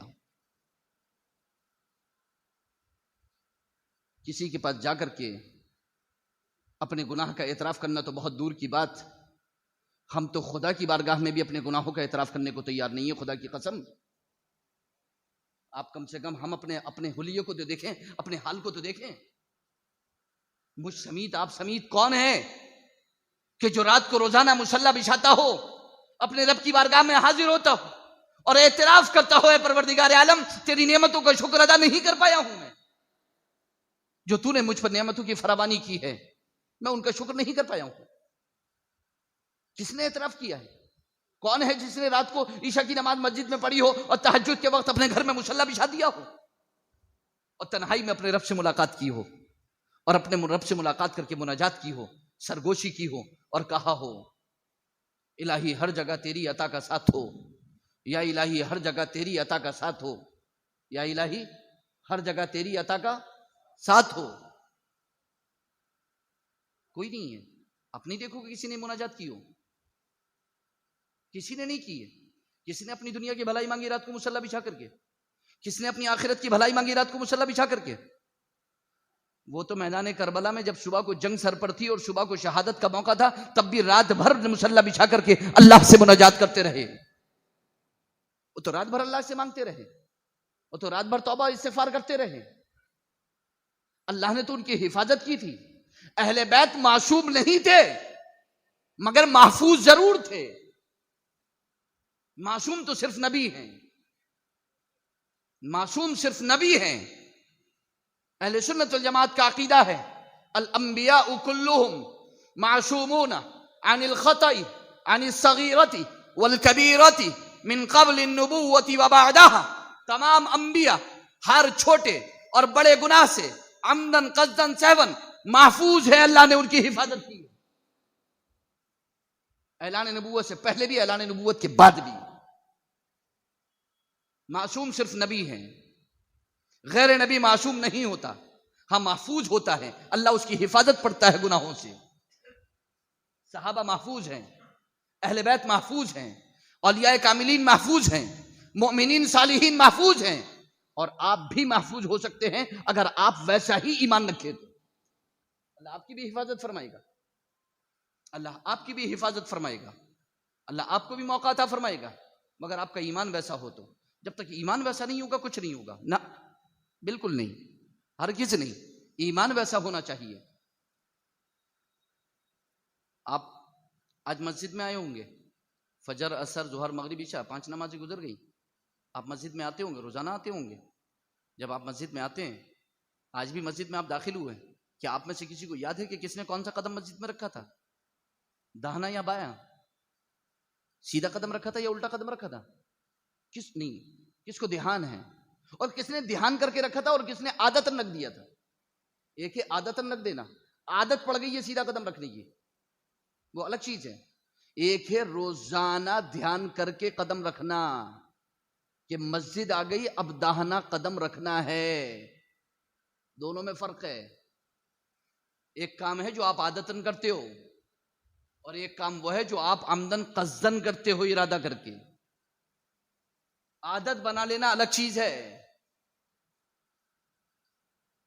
نمازوں کو عادت نہیں عبادت بناؤ، مسجد میں آنے کو عادت نہیں عبادت بناؤ، 5 وقتہ اپنی عادت مت بناؤ کہ عادت ہے جانا ہی ہے، عبادت کی نیت سے آؤ۔ عادت بنا لو گے تو عادتاً تو بہت سارے کام کرتے رہتے ہو اور اس میں عبادت کی نیت نہیں ہوتی. عبادت کی نیت سے آؤ, عبادت کی نیت سے قدم رکھو. آپ نے جب پہلا قدم رکھا تو ہو سکتا ہے بہت سارے لوگوں کو یاد ہو کہ کون سا قدم رکھا. مجھے الحمدللہ یاد ہے کہ کون سا قدم رکھا, داہنا قدم رکھا. اور اگر آپ نے بایاں قدم رکھ بھی دیا ہے تو واپس کر لو نا. اور واپس آپ جب کرو گے جبکہ آپ کو معلوم ہو, صرف عادتاً داخل نہیں ہو رہے ہو آپ, تو تبھی آپ کو شعور ہوگا, آپ کو احساس ہوگا کہ آپ نے دانا قدم رکھا ہے یا بایاں قدم. اور جیسے ہی بایاں بڑھے گا آپ فوراً پیچھے کھینچ لو گے اور داہنا قدم اندر رکھ دو گے. اور جیسے ہی داہنا قدم رکھ کر کے آپ مسجد میں داخل ہوگے تو سنت پہ بھی عمل ہو جائے گا, حکم پر بھی عمل ہو جائے گا, برکت بھی مل جائے گی اور آپ مسجد میں بھی آ جاؤ گے. اور جیسے ہی آپ مسجد میں آ جاؤ تو آپ اذان سن کے آئے ہو یا بغیر سنے آئے ہو؟ آپ اذان سن کے آئے ہو یا بغیر سنے آئے ہو؟ آپ جانتے ہو کیوں ہم نمازوں کی طرف نہیں جا رہے ہیں؟ کیونکہ اب ہم نے مسجد جو جانا شروع کیا ہے وہ اپنی گھڑی سے جانا شروع کیا ہے, اذان سن کے نہیں. 99% لوگ وہ ہیں جو اپنی گھڑی سے مسجد جاتے ہیں, اذان سن کے نہیں جاتے ہیں. انہیں پتہ ہی نہیں ہوتا ہے اذان کب ہو گئی. وہ اپنی دکان پہ, اپنے مکان پہ, اپنے بیوی بچوں میں, اپنے کاروبار میں, اپنے دوستوں میں, اپنی سسرال میں, اپنے رشتہ داروں میں, باہر گلی میں, ایک چوراہے پر, کسی جگہ اپنے کام میں مصروف ہوتے ہیں. انہیں پتہ نہیں ہوتا ہے کہ اذان کب ہو گئی. تو ٹائم نہیں, ارے 5 منٹ رہ گئے جماعت میں, جلدی چلو. انہیں نہیں پتا اذان کب ہو گئی. انہیں اگر یہ پتا ہوتا کہ اذان ہو رہی ہے تو باقاعدہ اپنی گفتگو بیٹھ چھوڑ کر کے اللہ کے کلمات سنتے, اذان کے کلمات سنتے. اور اس وقت دل میں ایک خیال آتا کہ اللہ کی طرف سے ہمیں بلایا جا رہا ہے تو فوراً اپنے دوست سے کہتے, پیارے بھائی اللہ کی طرف سے آواز آ رہی ہے, ندا ہو گئی, آواز دی جا رہی ہے, چلو لبیک کہتے ہیں, چلو مسجد چلتے ہیں, بات تو بعد میں بھی کر لیں گے. کاش یہ پیار ہمارے اندر ہوتا, کاش یہ ادب ہمارے اندر ہوتا اذانوں کا, کاش یہ شعور ہمارے اندر ہوتا. کاش ہم اذانیں سننے کے بعد کہتے میرے پیارے بھائی, ٹھڈی میں ہاتھ ڈالتے, چہرے پہ ہاتھ پھیرتے, گلے لگاتے, اس کو راضی کرتے اور اس سے کہتے میرے پیارے بھائی بات تو بعد میں بھی کر لیں گے, کاروبار تو بعد میں بھی کر لیں گے, یہ تو اور بھی وقت ملے گا, اس کے لیے تو بہت وقت ملے گا, نماز کے بعد تو 1.5 گھنٹہ ملے گا, 2 گھنٹے ملیں گے, کسی نماز کے بعد 4 گھنٹے ملیں گے, کسی نماز کے بعد 6 گھنٹے ملیں گے, کسی نماز کے بعد 8 گھنٹے 10 گھنٹے بھی مل سکتے ہیں, 12 گھنٹے بھی مل سکتے ہیں آرام سے بیٹھ کے بات کرنے کے لیے. لیکن ابھی تو اللہ کی طرف سے بلایا جا رہا ہے نا, ابھی تو اللہ کی طرف سے آواز آ رہی ہے نا, تو اللہ کی طرف سے آواز آ رہی ہے, اللہ کی طرف سے بلایا جا رہا ہے. یہ کہا جا رہا ہے اللہ اکبر, اللہ اکبر, اللہ اکبر, اللہ اکبر. اللہ سب سے بڑا ہے, سنو اللہ سب سے بڑا ہے. سب چھوڑو, کوئی چیز نہیں ہے, سب چھوڑو, ادھر آ جاؤ. اللہ اکبر, اللہ اکبر, اللہ اکبر. آپ کو بلایا جا رہا ہے, آپ کو آواز دی جا رہی ہے, آپ سے کہا جا رہا ہے کہ مسجد میں آ جاؤ. اذان رکھی اس لیے گئی ہے تاکہ آپ کے کان میں اذان کے کلمات پڑھیں تو آپ دوڑتے ہوئے چلے جاؤ. 5 وقتہ نماز میں اللہ جانتا ہے کہ اذان سن کے نہیں دوڑ پاؤ گے, ممکن ہے کہ اذان کے کلمات سن کے نہ دوڑو, لیکن جمعے کی نماز کے لیے 8 دن میں ایک بار تو اللہ نے واجب کر دیا آپ کے اوپر, اذا نودی للصلاة من یوم الجمعہ فاسعوا الی ذکر اللہ. جب اذان دے دی جائے جمعے کی تو پھر دوڑ کر کے آ جاؤ. دوڑ کر آنے کا مطلب ہے سب کچھ چھوڑو, فوراً آ جاؤ. اگر جمعے کے لیے نہیں کہا جاتا نا آپ سے, اور جمعے کی نماز کے لیے بھی ویسے ہی اذان رکھی جاتی, اور اسپیشلی اذان کے بارے میں قرآن میں نہیں کہا گیا ہوتا, تو خدا کی قسم اتنے غفلت کے شکار ہیں ہم کہ خطبے ہو جاتے مگر ہم جمعے کے لیے نہیں پہنچتے, جماعت کے ٹائم پہ پہنچتے. اسپیشلی اذان کے بارے میں کہا گیا, نماز کے بارے میں نہیں. اسپیشلی اذان کے بارے میں کہا گیا کہ اذان ہو چکی ہے, چلو کاروبار چھوڑو. یہی کام اگر ہم نے 5 وقتہ نماز کے لیے رکھا ہوتا, 5 وقتہ اذان کے لیے رکھا ہوتا کہ جیسے ہی کان میں اذان پڑی تو ہم آ جاتے. ایک زمانہ تھا جب سعودی عربیہ کے اندر اذان کے بعد دکان کھولنا جرم تھا, اذان کے بعد کاروبار کرنا جرم تھا, ایک زمانہ تھا. مگر اب سلمان ملک نے اسے ختم کر دیا, ختم کر دیا اس نے وہ سسٹم. اب آپ اذان کے بعد بھی کاروبار کر سکتے ہیں, اذان کے بعد بھی دکان پہ بیٹھ سکتے ہیں, اذان کے بعد بھی دکان چلا سکتے ہیں, کاروبار چلا سکتے ہیں, لوگوں سے بات کر سکتے ہیں. پہلے کوئی روڈ پہ نہیں مل سکتا تھا, درے مارے جاتے تھے اس کے, کوڑے مارے جاتے تھے اس کے, دکان بند کر دی جاتی تھی, دکان سیز کر دی جاتی تھی. وہ سسٹم ختم ہو گیا. اور جب وہ سسٹم ختم ہوا تو لوگوں نے جانا بھی ختم کر دیا, کیونکہ لوگ مجبوری میں جا رہے تھے, اللہ کی رضا کے لیے نہیں جا رہے تھے. بہت غفلت ہے ہمارے اندر. آپ مذاق مت سمجھیے اسے. نہ اگر یہ مسجدیں اور یہ اہتمام نہ کیا گیا ہوتا, یہ لاؤڈ اسپیکر, یہ امام, یہ خطیب, یہ ممبر, یہ ایسی مسجدیں, یہ قالینیں, یہ پنکھے, یہ کولر, یہ اے سی, یہ سارے اہتمام نہ کیا گئے ہوتے, کسی کا دل مسجد میں لگنے والا نہیں تھا. اتنے متقی پرہیزگار نہیں ہم کہ جن کا دل یہاں پر لگ جاتا. نہ. صحابہ اہل بیت کے زمانے میں کبھی مسجدوں کو بہت زیادہ اونچا نہیں بنایا گیا. صحابہ اہل بیت کے زمانے میں کبھی مسجدوں میں قالینیں اور یہ ساری چیزیں نہیں ڈالی گئیں. صحابہ اہل بیت کے زمانے میں یہ فانوس, یہ روشن دان, یہ جگمگاہٹ, یہ ساری چیزیں ان کے زمانے میں نہیں تھی. یہ اہتمام, یہ قالین, یہ چادر, یہ تکیے, یہ وضو کا اہتمام, یہ پانی, یہ ٹھنڈا, یہ گرم, یہ اے سی, یہ کولر, یہ پنکھے, کوئی اہتمام نہیں تھا. آپ کہو گے بہت ساری چیزیں نہیں تھی. نہیں, وہ سہولت ہو سکتی تھی. اس وقت کے زمانے کے اعتبار سے جو چیزیں پائی جاتی تھی, سہولت فراہم کی جا سکتی تھی, ساری چیزیں ہو سکتی تھی, مگر نہیں تھا. کیوں؟ ان کی طبیعت سادی تھی. محدثین نے لکھا ہے کہ صدر اول میں, عہد صحابہ میں, عہد اہل بیت اطہار میں مسجد سادی ہوتی تھی. انہیں رونقیں دیکھ کر کے مسجد کی یاد نہیں آتی تھی, بلکہ وہ تو رونق چاہتے ہی نہیں تھے تاکہ ان کے ایمان کی رونق نہ چلا جائے, اس رونق میں گم نہ ہو جائے. ان کی طبیعتیں بڑی سادہ تھی. وہ اپنے رب کے لیے حاضر ہوتے تھے مسجدوں میں. مگر جب زمانہ آیا کہ لوگوں نے اپنے گھر شادنار بنا لیے, عالی شان بنگلے بنا لیے, لوگوں نے اپنے ایسے محل بنا لیے, لوگوں نے اپنے گھروں میں قالین ڈال لی, لوگوں نے اپنے گھروں میں چادریں لے آئے, لوگوں نے اپنے گھروں میں مخمل, تکیے, فلا سارے عیش و عشرت کے سامان فراہم کر لیے. ایسی صورت میں علماء نے اجازت دے دی کہ مسجد کو بھی آراستہ کیا جائے, مسجد میں نقش و نگار کیا جائے, مسجد میں پنکھے لگائے جائیں, مسجد میں لائٹنگ کی جائے, مسجد کو پر رونق کیا جائے, مسجد میں سارے وہ سامان, سارا انتظام کیا جائے. اگر نہیں کیا جائے گا تو یہ لوگ مسجدوں کی طرف بھٹکیں گے نہیں. آج بھی اپنی آنکھوں سے دکھا سکتا ہوں میں آپ کو, جمعے کی نماز میں کبھی بھی جو صاحب کاٹن کے کپڑے پہن کے آ جاتے ہیں نا, کرتا پیجامہ, ساری نماز میں خالی وہ اس کی کریز ہی سنبھالتے رہتے ہیں. اور اگر انہیں جگہ آگے نہ ملے, پیچھے جگہ مل جائے اور وہاں لوگوں کے پاؤں کے وضو کے نشان ہوں, تو ان کی جان پہ بناتی ہے کہ یہاں نماز پڑھوں گا کیسے. ایک میں بھی خلوص نہ ہو نماز کے لیے, اگر یہ انتظامات نہ ہو تو. مگر صحابہ اہل بیت اطہار کا ایمان بہت اعلیٰ تھا, ان کے اندر خلوص بہت تھا, ان کے اندر الہیت بہت تھی, انہیں اس میں سے کسی چیز کی ضرورت نہیں تھی. اس لیے ان کے زمانے میں مسجد سادی رہی, مسجد کوئی عالی شان نہیں بنی, بنگلے نہیں بنے, ایسا کچھ ان کو نہیں چاہیے تھا. سادہ طبیعت تھی بالکل ایک دم. وہ ویسے ہی گزر بسر کرنے والے تھے, انہوں نے نبی کی صحبتیں پائی تھیں, ان کے دل مسجدوں سے ویسے لگے ہوئے تھے. وہ ان کے دل قلوبہم معلقۃ بالمساجد, ان کے دل مسجدوں میں لگے ہوئے تھے. قلوبہم منتظرۃ للقاء الرحمن, ان کے دل رحمان سے ملاقات کے لیے منتظر تھے. ان کے دل رحمان سے ملاقات کے لیے منتظر تھے. ان کے دلوں میں ملاقات کی چاہت رہتی تھی. ان کے دل مسجدوں میں لگے رہتے تھے, ان کے دل عبادتوں میں لگے رہتے تھے. انہیں ضرورت نہیں تھی, ہمیں ضرورت ہے. کیونکہ اگر آج یہ ساری سہولتیں نہیں ہوں گی, آپ میں سے کوئی بھی مسجد میں نہیں آئے گا, سب چلے جائیں گے, سب بکھر جائیں گے. میں آپ سے گارنٹی کے ساتھ کہہ رہا ہوں. اب آج دیکھ لیجئے, مسجد میں تو ابھی جگہ کافی باقی ہے, ابھی ادھر ادھر بھی جگہ کافی باقی ہے, لیکن لوگ نہیں آئے. اس لیے نہیں آئے ہیں کہ انہیں لگا کہ سہولت نہیں ہے آج سننے کی, بیٹھنے کی جگہ نہیں ملے گی صحیح سے. حالانکہ وہ سن رہے تھے. بہت سارے بارش کی وجہ سے نہیں آئے, بہت سارے اور وجہ سے نہیں آئے. کسی پر الزام نہیں لگا سکتے, کسی کے بارے میں بدگمانی نہیں کر سکتے, مگر طبیعتیں ایسی ہو گئی ہیں, طبیعتیں اس کی متحمل نہیں ہیں. آپ مسجد میں آ گئے, مسجد میں آنے کے بعد آپ مسجد میں داخل ہو گئے, اور آپ جب مسجد میں آئے, آپ نے اذان سنی اور آپ مسجد میں آ گئے.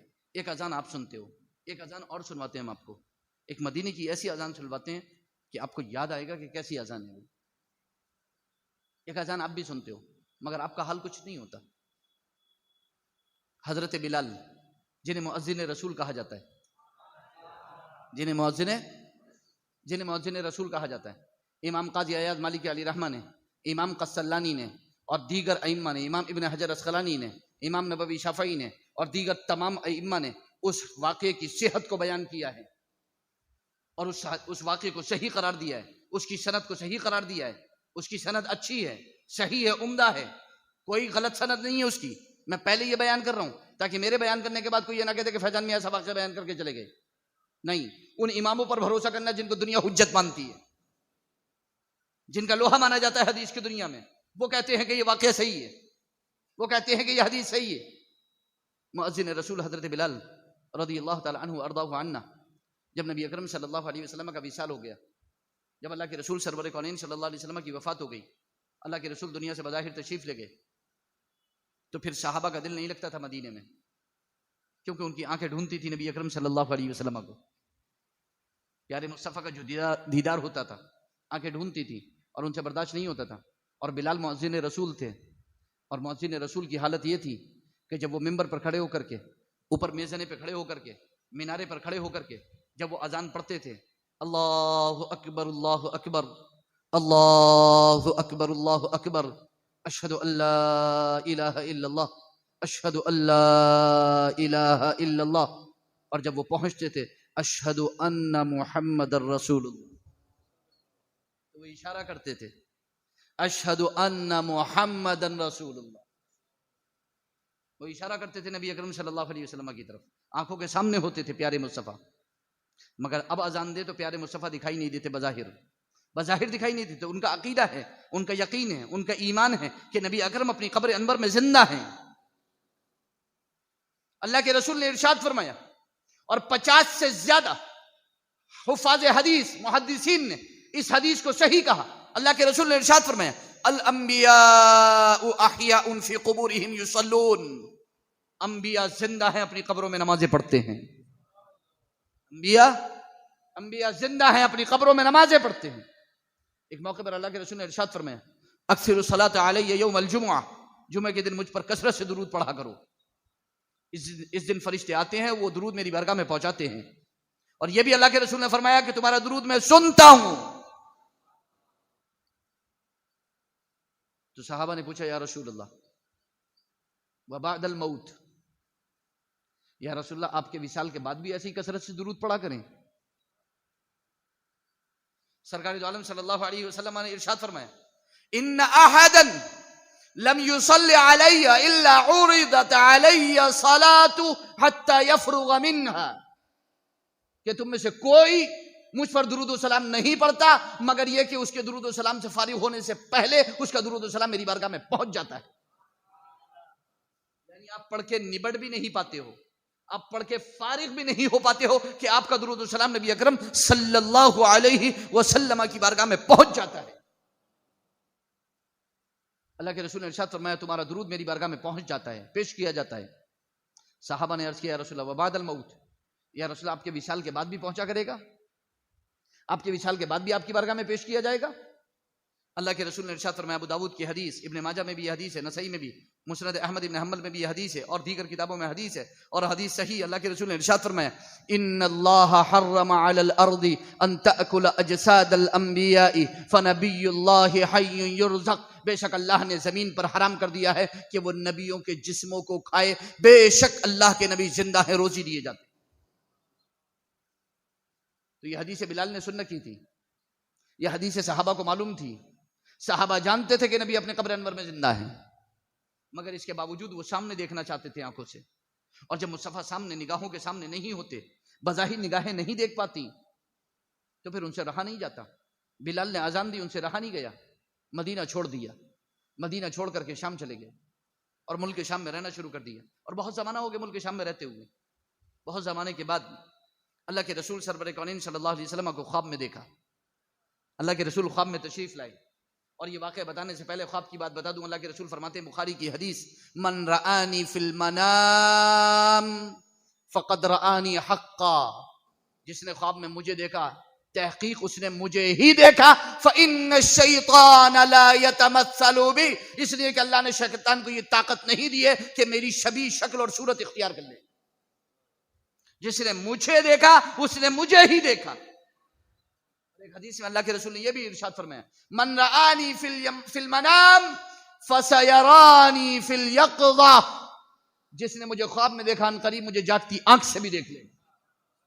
علامہ امام جلال الدین سیوطی مصری شافعی علیہ رحمت و رضوان علماء فرماتے ہیں کہ علامہ امام جلال الدین سیوطی نے لکھا ہے کہ میں نے 72 مرتبہ جاگتی آنکھ سے حضور کی زیارت کی ہے، 72 مرتبہ جاگتی آنکھ سے نبی کی زیارت کی۔ اور آج بھی اولیاء اکرام حضور سے ملاقات کرتے ہیں، آج بھی غار حرا کے اندر محفل لگتی ہے، آج بھی غار حرا کے اندر دیوان صالحین لگتا ہے، جس میں غوث، قطب، ابدال، اوتاد، اولیاء اور صالحین موجود رہتے ہیں، وہاں سے سارے انتظامی امور انجام پاتے ہیں، اور جس میں کبھی کبھی نبی اکرم صلی اللہ علیہ وسلم بھی رونق افروز ہوتے ہیں، جس میں حضور غوث پاک رضی اللہ تعالیٰ عنہ موجود رہتے ہیں، جس میں حضرت ابو بکر صدیق اکبر، حضرت عمر فاروق اعظم، حضرت عثمان ذو النورین، مولا علی کرم اللہ تعالیٰ وجہ الکریم بھی موجود رہتے ہیں۔ وہ دیوان، اور اللہ کے رسول کے وصال سے پہلے، اعلان نبوت سے پہلے وہ دیوان ملائکہ تھا، وہاں فرشتوں کی میٹنگ ہوا کرتی تھی غار حرا کے اندر۔ اس کے بعد اللہ کے رسول سرور کونین صلی اللہ علیہ وسلم عبادت فرماتے تھے غار حرا کے اندر۔ اللہ کے رسول کے وصال مبارک کے بعد وہ دیوان صالحین میں بدل گیا۔ یہ بہت تفصیل کے ساتھ لکھا ہے اور بہت ہی آپ پڑھیں گے تو اسے سمجھنے کی بات ہے۔ نبی اکرم صلی اللہ علیہ وسلم کو دیکھا حضرت بلال نے خواب میں، تو اللہ کے رسول سرور کونین صلی اللہ علیہ وسلم ارشاد فرما رہے ہیں، یا بلال اما آن لک ان تزورنی، اے بلال کیا ابھی وقت نہیں آیا کہ ہماری زیارت کے لیے مدینے آؤ؟ کیا ابھی وقت نہیں آیا کہ ہماری زیارت کے لیے مدینے پہنچو؟ یعنی اے بلال اتنے دن ہو گئے تم کو گئے ہوئے، ما ہذہ الجفوہ یا بلال، اے بلال یہ کیا بے رخی ہے؟ ما ہذہ الجفوہ یا بلال، اے بلال یہ کیا بے رخی ہے؟ اما آن لک ان تزورنی، کیا ابھی وقت نہیں آیا؟ کیا تمہیں ہماری یاد نہیں آتی؟ کیا تمہیں ہماری یاد نہیں آتی کہ تم مدینے پہنچو ہماری زیارت کے لیے؟ اور بلال تو جانتے تھے کہ اللہ کے رسول نے ارشاد فرمایا، من زار قبری وجبت لہ شفاعتی، جس نے میرے قبر کی زیارت کی اس کے لیے میری شفاعت واجب۔ اور اللہ کے رسول نے ارشاد فرمایا، بلال جانتے تھے، من استطاع منکم ان یموت بالمدینہ فلیموت فانی کنت لہ شہیدا وشفیعا۔ اللہ کے رسول نے فرمایا، جو تم سے جس سے ہو سکے مدینے میں مرے تو وہ آ کر کے مدینے میں مرے، میں اس کے لیے شہید و شفیع ہوں گا، میں اس کے لیے گواہی دوں گا، میں اس کے لیے شفاعت کروں گا۔ اللہ کے رسول نے ارشاد فرمایا کہ جو مدینے میں آ کر کے میری زیارت کرے گا میں اس کی شفاعت کروں گا، میں اس کے لیے گواہی دوں گا، اس کے لیے میری شفاعت واجب ہے۔ اور بلال کو اتنا سننا تھا، کیا بلال ابھی وقت نہیں آیا کہ ہماری زیارت کے لیے تو مدینے پہنچو، ہماری زیارت کے لیے تم آ جاؤ؟ بس اتنا کہنا تھا رسول اللہ صلی اللہ علیہ وسلم کا خواب کی حالت میں، اور بلال جانتے تھے کہ خواب سچا ہوتا ہے، جس خواب میں نبی آئے وہ خواب سچا، جس خواب میں ایک مومن مسلمان نبی کو دیکھے وہ خواب سچا۔ بلال جانتے تھے کہ خواب سچا ہے، اللہ کے رسول کی زیارت ہوئی ہے، بس خدا کی قسم بلال کو رات گزارنا مشکل ہو گیا کہ صبح ہوتے ہوتے ان کا حال بے حال ہو گیا۔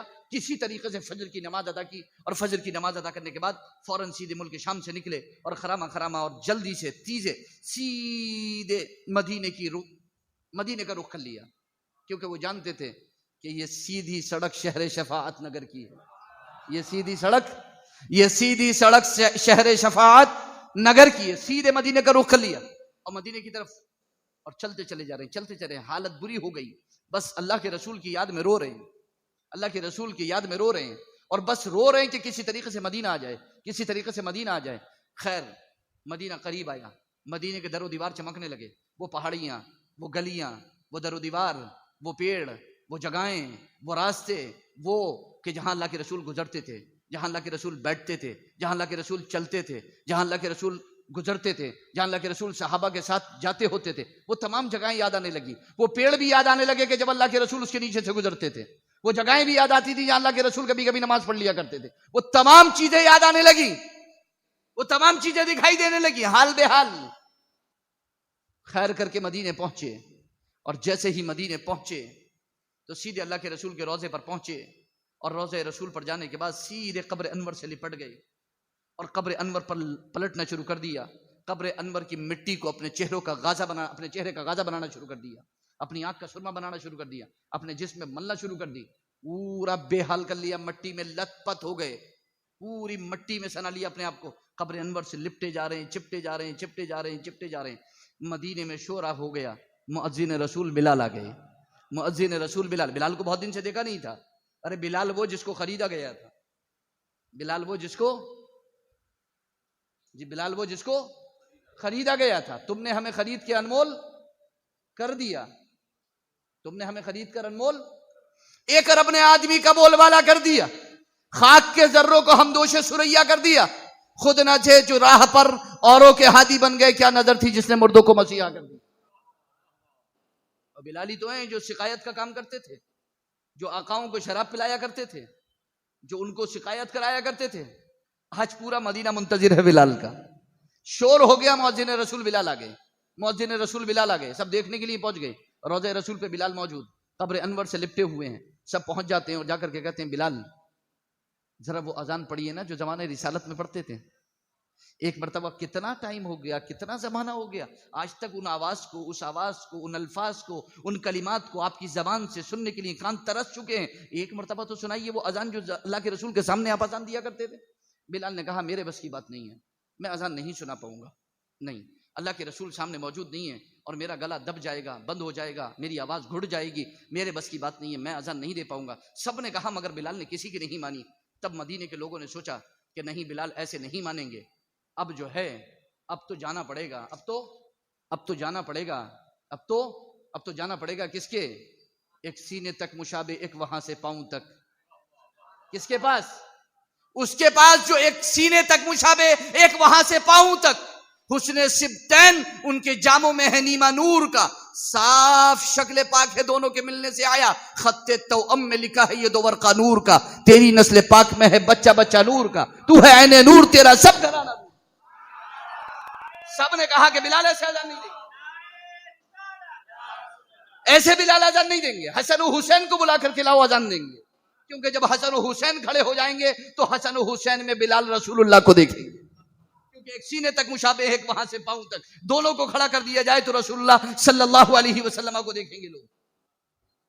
نبی اکرم صلی اللہ علیہ وسلم سے مشابہت ہے، ایک سینے تک، ایک وہاں سے پاؤں تک، اعلیٰ حضرت نے لکھا ہے اور حدیث میں بھی ہے، کیونکہ کوئی بات اعلیٰ حضرت نے شعر میں ایسی نہیں لکھی جو قرآن و حدیث میں نہ ہو، جو بھی لکھا وہ قرآن و حدیث کا ترجمہ یا ترجمانی ہوئی۔ سب نے کہا کہ ایسے نہیں مانیں گے بلال، حسن و حسین کو لے کر کے آؤ۔ سب گئے، جا کر کے امام حسن، سیدنا امام حسن مجتبی و سید الشہداء امام علی مقام سیدنا امام حسین رضی اللہ تعالی عنہما کے پاس گئے اور جا کر کے کہا کہ اے حسنین کریمین طیبین طاہرین، آپ چلیے نا، مؤذن رسول بلال آئے ہوئے، ہم لوگ چاہتے ہیں کہ وہ اذان پڑھ کر کے سنائیں جو اذان مدینے میں وہ دیا کرتے تھے رسول اللہ کے سامنے، مگر وہ ہماری بات ماننے کو تیار نہیں ہے۔ آپ اگر ان سے کہیں گے تو وہ آپ کا کہنا ٹالیں گے نہیں، آپ کہیں گے تو وہ آپ کا کہنا، حسنین کریمین کا کہنا کوئی ٹالے گا؟ مدینے میں حسنین کریمین کا کہنا کوئی ٹالے گا نہیں، بلال بھی ٹالیں گے نہیں، بلال کی مجال نہیں ہے کہ وہ حسنین کریمین کا کہنا ٹال دیں۔ سب بلا کر کے حسن و حسین کو لے آئے۔ امام حسن و امام حسین نے کہا کہ اے بلال ذرا وہ اذان پڑھیے نا، ذرا وہ اذان پڑھیے نا جو نانا جان کو سنایا کرتے تھے۔ اب مؤذن رسول بلال کے بس کی بات نہیں تھی کہ انکار کریں، سیدھے جا کر کے میزانے پر کھڑے ہو گئے اور وہاں جا کر کے کھڑے ہونے کے بعد انہوں نے اذان پڑھی، اللہ اکبر اللہ اکبر اللہ اکبر اللہ اکبر، اشہد ان لا الہ الا اللہ اشہد ان لا الہ الا اللہ اشہد ان محمد الرسول۔ جیسے ہی بلال کی زبان سے الفاظ نکلے اللہ اکبر، اور مدینے کے در و دیوار گونجے اس آواز سے، اور مدینے میں اذان کی آواز سنائی دی، تو خدا کی قسم صحابہ کہتے ہیں کہ گھر سے مرد، عورتیں، بچے، پورا مدینہ زارو قطار روتے ہوئے باہر نکلا، اور ایک ہی الفاظ تھے سب کی زبان پر، ایک ہی زبان تھی، ایک ہی آواز تھی سب کے، ایک ہی کلمات تھے سب کی زبان پر۔ کیا رسول اللہ دوبارہ تشریف لے آئے؟ کیا رسول اللہ دوبارہ تشریف لے آئے؟ مؤذن رسول بلال کی اذان کی آواز آ رہی ہے، کیا حضور دوبارہ تشریف لے آئے؟ کیا حضور دوبارہ تشریف لے آئے؟ کیا حضور دوبارہ تشریف لے آئے؟ بلال کو یہ سننا تھا، اور بلال اذان دے رہے تھے، اشہد ان لا الہ الا اللہ اشہد ان محمد الرسول اللہ، اور جیسے ہی بلال پہنچے اشہد ان محمد الرسول اللہ، تو خدا کی قسم بلال کا آواز بند ہو گیا، کیونکہ رسول اللہ سامنے موجود نہیں ہے۔ غشی کھا کر زمین پر آ گئے۔ محدثین فرماتے ہیں رسول اللہ کے وصال کے بعد کبھی ایسا کوہرام نہیں مچا تھا مدینے میں جیسا کوہرام اس دن مؤذن رسول بلال کی اذان سننے کے بعد مچا تھا۔ پورا مدینہ زارو قطار روتا تھا، سب روتے تھے بے تحاشا، اور بلال کی اذان سنتے تھے اور رسول اللہ کو یاد کرتے تھے، اور پروانہ وار نثار تھے۔ یہ اذان تھی، یہ دلوں میں پڑی تھی آواز، یہ کانوں میں پڑی تھی آواز، گھر میں کوئی رہ نہیں سکا تھا، گھر میں کوئی بچ نہیں سکا تھا، ہر بچہ، ہر عورت، ہر مرد، سب کے سب مسجد نبوی کی طرف دوڑے جا رہے تھے کہ مؤذن رسول بلال اذان دے رہے۔ انہیں کیوں؟ کیونکہ ان کے اندر یہ احساس تھا کہ یہ وہ اذان ہے جو رسول اللہ کے سامنے ہوتی تھی۔ کیا رسول اللہ تشریف لے آئے؟ اذان سنو تو یہ تصور ہونا چاہیے کہ رسول اللہ تشریف لے آئے۔ جب اذان ہوتی تھی تو رسول اللہ تشریف فرما ہوتے تھے۔ اذان سنو تو یہ ملاقات کا شوق ہونا چاہیے کہ چلو مدینے، چلو مسجد چلتے ہیں، مسجد نہیں مدینے چلتے ہیں۔ ہر مسجد کو مدینہ بنا دو، اور ہر مسجد کو مدینہ سمجھ کے مسجد میں جاؤ، اور یہ سوچ کر کے جاؤ کہ یہ مسجد ہے کہ جو اللہ کے رسول نے بنوائی ہے پوری دنیا میں۔ یہ اگرچہ مسجد نبوی نہیں ہے، اگرچہ اس میں ثواب مسجد نبوی کے برابر نہیں ہے، مگر کیا نگاہوں کو جھکا کر تصور میں پیارے مصطفیٰ کو رکھ کر کے ہم تھوڑی دیر بیٹھ نہیں سکتے یہاں پر؟ مجھے خود بتاؤ، خدا کی قسم، اگر حضور کے زمانے میں ہوتے تو کیا وقت سے پہلے مسجدوں میں نہ پہنچتے؟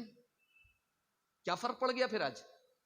ایک طرف تو یہ کہتے ہو کہ ہمارا عقیدہ یہ ہے کہ حضور اپنی قبر انور میں زندہ ہے، جسم و روح کے ساتھ، جسمانی حیات کے ساتھ ہیں، اور دوسری طرف حالت یہ ہے کہ اذانیں سن کے مسجدوں میں نہیں آتے، دوسری طرف حالت یہ ہے کہ حضور کا تصور نہیں کرتے، تصور میں پیارے مصطفیٰ کو رکھ کر کے کبھی مسجدوں میں نہیں آتے۔ کیسے؟ اس امام سے تو پوچھو، امام عشق و محبت، امام اہل سنت، اعلیٰ حضرت عظیم البرکت فاضل بریلوی علی رحمت الرضوان سے تو پوچھو کہ جس نے اپنے وصایا میں لکھوا دیا، جس نے اپنے وصیت نامے میں لکھوا دیا کہ قبر کو تھوڑا اونچا کر دینا۔ کیوں کر دینا؟ اس لیے کر دینا کہ قبر میں رسول اللہ تشریف لائیں گے، قبر میں رسول اللہ تشریف لائیں گے، رسول اللہ کا دیدار ہوگا، رسول اللہ کی زیارت ہوگی۔ وہ احمد رضا کہ جس نے ساری زندگی کھڑے ہو کر کے خود بھی پڑھا، دوسروں سے بھی پڑھوایا، مصطفیٰ جان رحمت پہ لاکھوں سلام، شمع بزم ہدایت پہ لاکھوں سلام۔ اب وہ احمد رضا کیسے گوارا کرے گا کہ نبی تشریف فرماؤ احمد رضا لیٹا یا بیٹھا ہو؟ کھڑے ہونے کی جگہ تو چاہیے، کھڑے ہونے کی جگہ تو چاہیے۔ انہوں نے تو ہر مقام پر آپ کو بتا دیا، خدا کی قسم اعلیٰ حضرت کو پڑھو گے تو انہوں نے بتا دیا کہاں کہاں نبی سے ملاقات ہونی ہے۔ غافل مت ہو نبی سے، زندہ نبی پر ایمان رکھتے ہو، نبی زندہ ہیں، ہمارے احوال کو دیکھ رہے ہیں، ہمارے اعمال نبی کی بارگاہ میں پیش ہوتے ہیں۔ خود اللہ کے رسول نے ارشاد فرمایا، حدیث صحیح ہے، امام ابن حجر ہیثمی نے مجمع الزوائد کے اندر اس حدیث پاک کو ذکر کیا ہے، اور غیر مقلدین اہل حدیث کے شیخ البانی نے اس حدیث کو حسن اور صحیح کہا ہے۔ اللہ کے رسول ارشاد فرماتے ہیں، حیاتی خیر لکم ومماتی خیر لکم تعرض علی اعمالکم، میری موت بھی تمہارے لیے بہتر، میری زندگی بھی تمہارے لیے بہتر، میرا جینا بھی تمہارے لیے بہتر، میرے وصال بھی تمہارے لیے بہتر۔ تمہارے اعمال میری بارگاہ میں پیش ہوتے ہیں، تمہارے اعمال میری بارگاہ میں پیش ہوتے ہیں۔ یا رسول اللہ ہمارے اعمال آپ کی بارگاہ میں پیش ہوتے ہیں، پھر آپ کیا کرتے ہیں جب ہمارے اعمال آپ کی بارگاہ میں پیش ہوتے ہیں؟ کیونکہ ہمارے اعمال کو تو ہم جانتے ہیں کہ وہ کس کس حالت میں پیش ہوتے ہوں گے۔ نمازیں وہ صحیح ڈھنگ سے نہیں، روزے وہ صحیح ڈھنگ سے نہیں، تلاوتیں وہ صحیح ڈھنگ سے نہیں، دین پر عمل وہ صحیح ڈھنگ سے نہیں، ہماری ٹوٹے پھوٹے اعمال آپ کی بارگاہ میں پیش ہوتے ہوں گے۔ یا رسول اللہ ہماری شرمندگی کے لیے تو اتنا ہی کافی ہے، قیامت تو بہت دور ہے، ابھی میدان محشر تو ابھی بپا ہی نہیں ہوا ہے، وہاں کی شرمندگی تو الگ چیز ہے، وہاں کی ندامت شرمندگی تو الگ ہے۔ یا رسول اللہ آج ہی ابھی اسی دنیا میں آپ کی قبر انور میں ہمارے اعمال پیش ہوتے ہیں، خدا کی قسم یہ سوچ کر کے کلیجہ منہ کو آ جاتا ہے، کلیجہ پھٹ جاتا ہے کہ رسول اللہ کی بارگاہ میں ہمارے اعمال پیش ہو رہے ہیں، اور وہ بھی اس حالت میں ٹوٹے پھوٹے، جن کی کوئی حیثیت نہیں، جن کی کوئی اوقات نہیں ہمارے، بالکل کیسے، کوئی خلوص نہیں، کوئی للہیت نہیں، کوئی رضا الہی نہیں، کوئی جذبہ نہیں، کوئی شوق نہیں، سب زبردستی۔ اللہ کے رسول آپ کیا کرتے ہیں جب ہمارے اعمال آپ کی بارگاہ میں پیش ہوتے ہیں؟ اللہ کے رسول ارشاد فرماتے ہیں، فَإِن رَأَيْتُ خَيْرًا حَمِدْتُ اللَّهَ وَإِن رَأَيْتُ شَرًّا اسْتَغْفَرْتُ لَكُمْ، اگر تمہارے اعمال اچھے پسندیدہ ہوتے ہیں، خیر پر مبنی ہوتے ہیں، بھلائی پر مبنی ہوتے ہیں، تو میں اللہ کا شکر ادا کرتا ہوں، اور اگر تمہارے اعمال اچھے نہیں ہوتے تو میں اللہ سے تمہارے لیے مغفرت کی دعا کرتا ہوں۔ آج بھی وہ اپنی قبر انور میں ہمارے لیے مغفرت کی دعا کر رہے ہیں، آج بھی وہ اپنے صحابہ اہل بیت کے لیے، ہم سب مومنین کے لیے مغفرت کی دعا کر رہے ہیں، اور ہماری یہ حالت ہے، ہماری یہ حالت ہے۔ ہمیں اپنی حالت پر غور کرنا ہوگا۔ آپ مسجد میں آ گئے، مسجد میں داخل ہو گئے، آپ مسجد میں آ کر کے بیٹھ گئے، آپ بیٹھ گئے، میں بھی آ کے بیٹھ گیا، آپ بھی آ کر کے بیٹھ گئے، جماعت تیار ہے، آپ بھی بیٹھ گئے، میں بھی بیٹھ گیا، تکبیر نہیں ہوئی ہے ابھی، امام صاحب نہیں آئے ابھی، آ گئے ہیں، بیٹھے ہوئے ہیں، اور تکبیر ہونے والی ہے۔ تکبیر سے پہلے 5 منٹ 4 منٹ مجھے ملے، آپ کو بھی ملے، سب کو ملے، 10 منٹ ملے، 5 منٹ ملے، لیکن سب بیٹھے ہوئے اپنے اپنے کام میں مصروف رہے، کوئی موبائل میں، کوئی دکان کے، کوئی حساب میں، کوئی کسی چیز میں، کوئی کسی چیز میں، کوئی کسی چیز میں، لیکن کسی کو پتہ نہیں چلا۔ کیوں نہیں پتہ چلا؟ پتہ چلنا چاہیے نا، پتہ چلنا چاہیے کہ آپ کہاں بیٹھے ہوئے ہو۔ اللہ کے رسول نے ارشاد فرمایا، جو وقفہ مل رہا ہے نا اتنی دیر، اقامت سے پہلے، تکبیر سے پہلے اور نماز کے درمیان جو وقفہ مل رہا ہے نا تکبیر سے پہلے پہلے، اللہ کے رسول فرماتے ہیں 10 مرتبہ الحمدللہ، 10 مرتبہ لا الہ الا اللہ، 10 مرتبہ سبحان اللہ، 10 مرتبہ اللہ اکبر، اور 10 مرتبہ استغفر اللہ العظیم۔ 5 تسبیح ہو گئی ہیں، الحمدللہ، الحمدللہ، لا الہ الا اللہ، اللہ اکبر، سبحان اللہ، استغفر اللہ، 5 تسبیح ہو گئی۔ 10 مرتبہ کتنی مرتبہ ہو گئی؟ 50 مرتبہ۔ کتنا وقت لگے گا آپ کو 50 مرتبہ پڑھنے میں؟ کتنا وقت لگے گا آپ کو 50 مرتبہ پڑھنے میں؟ آپ کو لگیں گے صرف 50 سیکنڈ، کیونکہ آپ کو 4 رکعت پڑھنے میں 5 منٹ لگتے ہیں، تو 50 مرتبہ تسبیح پڑھنے میں کیسے 5 منٹ لگ سکتے ہیں آپ کو؟ ہو ہی نہیں سکتا۔ آپ کو تو 50 سیکنڈ لگیں گے، سبحان اللہ سبحان اللہ سبحان اللہ سبحان اللہ سبحان اللہ الحمدللہ الحمدللہ اللہ اکبر اللہ اکبر اللہ اکبر لا الہ الا اللہ۔ آپ کو تو پتہ بھی نہیں چلے گا آپ نے کیا پڑھا ہے، کیوں پڑھا ہے، کس لیے پڑھا ہے۔ آپ تو قرآن بھی ایسے ہی پڑھتے ہو، آپ تو تراویح بھی ایسے ہی پڑھتے ہو، آپ تو یہ چاہتے ہو 20 منٹ میں تراویح نہیں پڑھ جائے بس ختم، کیونکہ ڈیوٹی بنا رکھا ہے، ہر چیز کو ڈیوٹی بنا دی ہے، بس کام ختم، 10 منٹ کے لیے 20 منٹ 25 منٹ دینا ہے، بس اس سے زیادہ نہیں، امام صاحب ختم، بس۔ یہ دین اپنے پاس رکھو، یہ خلوص للہیت اپنے پاس رکھو، ٹائم نہیں ہے، جانا ہے، ختم ہے ایسا مسئلہ۔ بیٹھ گئے، پڑھا۔ اللہ کے رسول فرماتے ہیں جو 50 مرتبہ یہ تسبیح پڑھ لے گا 10 بار کی، اللہ تعالیٰ سمندر کے جھاگ کے برابر بھی اس کے گناہ ہوں گے تو معاف فرما دے گا۔ کبائر اللہ تعالیٰ اس کے صغائر کو معاف فرما دے گا، اس کے صغائر کو اللہ تعالیٰ معاف فرما دے گا۔ اس کے بعد امام کہے گا اللہ اکبر، امام نے اللہ اکبر کہہ دیا، امام نے اللہ اکبر کہہ دیا، آپ نے بھی اللہ اکبر کہہ دیا، آپ نے بھی ہاتھ اٹھائے، امام نے بھی ہاتھ اٹھائے، ٹھیک ہے، ہاتھ اٹھانا یہ حدیث سے ثابت ہے، آپ اٹھاؤ گے، آپ کہہ دو گے کہ بھائی حدیث میں اللہ کے رسول کا طریقہ یہ نماز پڑھنے کا، ہاتھ اٹھانا چاہیے، ہم نے بھی ہاتھ اٹھائے، لیکن میں اتنا تو کہوں گا نا آپ سے، یہ حکمت تو دیکھ لو کم سے کم ہاتھ اٹھانے کی۔ علماء حکمت کے پاس چلے جاؤ، حکمت تو مومن کی گمشدہ چیز ہے، انا وجدہ اخذہ، جہاں بھی مل جائے لے لے۔ یہ تو بتا دو کہ ایک مرتبہ دل سے سوچ لو کہ ہاتھ اٹھا کیوں رہے ہو۔ دل پہ جو گناہوں کے پردے پڑے ہوئے ہیں، گناہوں کے پردوں کو ہٹا کر کے رب سے ملاقات کرو۔ ذہن پہ جو دنیا کی فکریں چھائی ہوئی ہیں، ان فکروں کو پسے پشت ڈال کر کے پھر رب سے ملاقات کرو، اور اس کے بعد کہو اللہ اکبر۔ آپ نے اللہ اکبر کہہ دیا، آپ سبحان اللہ کہہ رہے ہو، آپ نے سبحان اللہ پڑھا، سبحان اللہ